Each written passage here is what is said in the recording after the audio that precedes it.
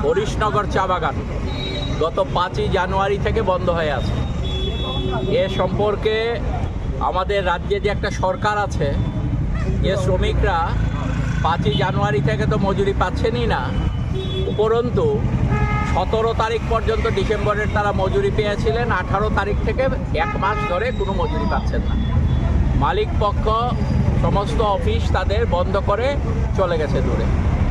এই সম্পর্কে আমরা দেখেছি আগে এ ধরনের কোনো ঘটনা ঘটলে পর রাজ্য সরকারের পক্ষ থেকে শ্রমিকদের পাশে দাঁড়ানো হতো। কারণ এই শ্রমিকরা একদিন যদি মজুরি না পায়, সপ্তাহে তাদের মজুরি দেওয়ার যে ব্যবস্থা ত্রিপুরা রাজ্যে আছে, এই মজুরি না পেলে পর তাদের পক্ষে খাওয়া দাওয়া করা সম্ভব হয় না। এই অবস্থায় বিভিন্ন সময়ে মালিকরা উল্টোপাল্টা কাজ কখনো কখনো করেছে, আগেও আমরা দেখেছি। সেই সময়ে রাজ্য সরকার শ্রমিকদের পাশে দাঁড়িয়ে তাদের খাবার যাতে সমস্যা না হয় তার জন্যে ব্লকের থেকে অথবা অন্য কোনো জায়গা থেকে তাদের জন্য কাজের সুনির্দিষ্ট ব্যবস্থা করা হতো অথবা খাবারের ব্যবস্থা করা হতো, যাতে উপোস কাউকে দিতে না হয়। কিন্তু আজকে এমন একটা শ্রমিক বিরোধী সরকার আজকে ত্রিপুরা রাজ্যে আছে, বিজেপি সরকার, যে সরকার মুখে কথা বলা ছাড়া ত্রিপুরা রাজ্যের মানুষের কল্যাণের জন্য আজ পর্যন্ত একটিও ভালো কাজ তারা করেনি।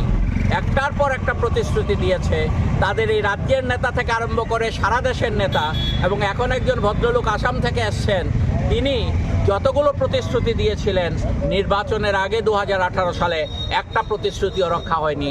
তাহলে আজকে আমরা সরকারের নজরে বিষয়টা আরেকবার আমরা নেওয়ার জন্যে এখানে জড়ো হয়েছি, যাতে এই শ্রমিকদের রক্ষার জন্যে রাজ্য সরকার ভূমিকা পালন করে। যদি ভূমিকা পালন না করে তাহলে আগামী দিনে আরও বড় ধরনের আন্দোলন আমাদের গড়ে তুলতে হবে।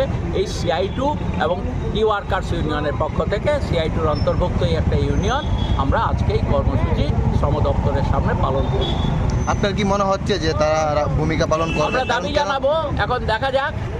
অমানবিক দৃষ্টিভঙ্গি নিয়েই চলে সরকার, তারপরও তার মানবিকতার ছোঁয়া খানিকটা যদি তাদের থাকে তাহলে হয়তো শ্রমিকের পাশে দাঁড়াতে পারে। কতটুকু কী করবে জানি না, কিন্তু আমাদের কথা তো আমাদের বলতে হবে, আমাদের লড়াইটা জারি থাকবে।